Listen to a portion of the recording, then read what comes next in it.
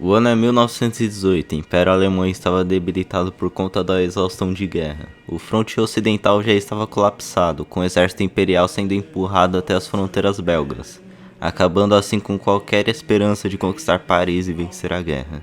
Em meio à derrota iminente, o comando naval alemão, em sua falta de coordenação, ordena a preparação para uma batalha naval contra a Inglaterra em um plano suicida. Os marinheiros então iniciam motins, que geram outras revoltas na Alemanha, o que resultou na abdicação do Kaiser. Diferente da realidade, o SPD, o Partido Democrático Alemão, optaria por criar conselhos soviéticos como forma de governo ao invés da democracia. Assim, logo depois da assinatura do armistício, a Alemanha se dividiria entre os comunistas e os conservadores reacionários em uma guerra civil. O SPD tinha apoio de uma parte considerável das massas e precisaria obter o apoio de partes do exército para combater os conservadores. E para vencer a guerra, um novo Estado comunista precisaria mobilizar essas massas para lutar a guerra civil e impedir as intervenções estrangeiras. Por sorte, os franceses estavam exaustos também, e optariam por defender seu território dos comunistas a partir da ocupação na Renânia. Essa longa guerra civil terminaria no começo de 1920, quase paralelamente à derrota dos brancos na Rússia, e na fase final os soviéticos e alemães cooperariam com os suprimentos e o fornecimento de armas. Nasce então das cinzas um grande estado comunista na Europa Central. O Partido Social Democrata muda seu nome para Partido Comunista Alemão, e depois de algumas disputas, Karl Liebknecht se torna líder da Alemanha. A Polônia é esmagada na Guerra Polaco-Soviética, com os alemães marchando em direção a Varsóvia e Cracóvia, retomando as fronteiras de antes, sendo criada a República Soviética da Polônia. A invasão polonesa pela Alemanha gera uma crise diplomática, que é resolvida com o envio de 3 milhões de soldados alemães e soviéticos para a fronteira da Renânia, o que faz com que os britânicos, na liderança de Ramsay MacDonald, apaziguassem os franceses, e algum tempo depois os bálticos caem também. Se consolida o governo comunista alemão, que inicia uma grande campanha de reindustrialização do país com apoio de Lenin e as matérias-primas da Rússia. A estratégia do desenvolvimento soviético seria a de ajudar a Alemanha a se reconstruir com seus recursos, para depois serem industrializados com a ajuda do maquinário e investimentos alemães, com os dois países se recuperando ao longo dos anos. E depois dessas colaborações econômicas e militares, os alemães se juntam à Comintern, e juntos planejam exportar a revolução para países vizinhos. Quando os comunistas tomaram o poder na Alemanha, ficou claro para os aliados que eles não pagariam um centavo da dívida negociada com a República para os britânicos e franceses. Muitos generais franceses e britânicos queriam invadir a Alemanha novamente, mas ao final da guerra civil a Alemanha tinha um exército restaurado, sem contar que a União Soviética entraria na guerra, e os aliados teriam que invadir até o interior russo para terminar com a guerra, o que estava fora de cogitação. Então o que os franceses tiveram que fazer foi preparar as defesas na Renânia e aguardar até que o inevitável chegasse. Fora isso, a tomada da Alemanha pelos comunistas inflamou os movimentos de esquerda pela Europa, que causaria muita instabilidade e medo em muitas pessoas. Na Itália, o medo do comunismo fez com que o Partido Nacional Fascista de Mussolini ganhasse popularidade. Em 1922 foi feita a Marcha sobre Roma, e Vítor Emanuel permitiu que ele subisse ao poder. Os comunistas nos Balcãs se agitam quando a Alemanha cai. Com mais apoio, os partidos promovem protestos e greves, causando problemas e fazendo com que o comunismo fosse banido nesses países já em 1921. Com esses partidos atuando na clandestinidade com o apoio dos países comunistas e aguardando uma oportunidade para se levantar.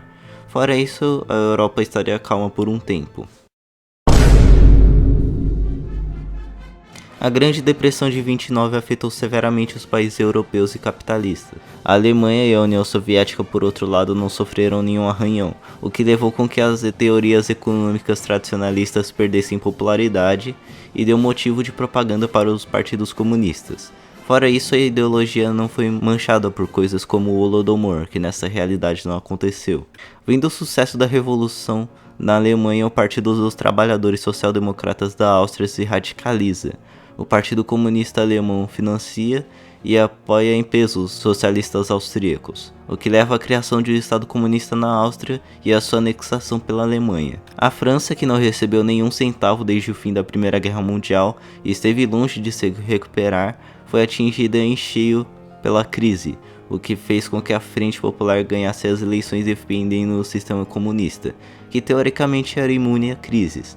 Porém, a França não se alinha com a Alemanha e continua cobrando a dívida e mantendo a ocupação no Reno. O não alinhamento do governo comunista francês com a Comintern fez com que o país ficasse isolado. A Holanda, cercada por dois grandes países comunistas, teve um grande crescimento do fascismo e do comunismo, polarizando o país. Os partidos comunistas holandeses eram uma zona, então os fascistas conseguem se organizar. Em 1935 eles ganham boa parte das cadeiras, por conta do medo do comunismo, mas ainda não era o suficiente, e em 1938 foi feita a marcha sobre Amsterdã, inspirada na marcha sobre Roma, e Anton Murset se torna líder da Holanda. Na Romênia, o caos causado na economia faz com que, depois de inúmeras greves, o rei fosse deposto e o país ficasse extremamente instável, iniciando uma disputa entre os comunistas e os legionários. Por sorte, os legionários tinham apoio de partes do exército e milícias, o que faz com que eles tomassem o poder sem brechas para conflitos internos de larga escala. No resto dos Balcãs a situação continua normal, e para garantir a sua segurança, o Reino Unido e a Itália criam a Nova Entente, convidando os países autoritários e monarquistas para garantir a segurança da Europa. A Espanha estava uma bagunça mesmo antes da depressão, e com ela a economia do país fica em ruínas, o que causa a Guerra Civil Espanhola, com a Comintern dando apoio à República e os países da Entente à Espanha nacionalista. A França também oferece apoio por enquanto, o que dá vantagem aos republicanos. Em 1937, a Fronte Popular da França é completamente expulsa do parlamento, pois a economia estava mal, e suas tentativas de implementar uma ditadura fracassaram.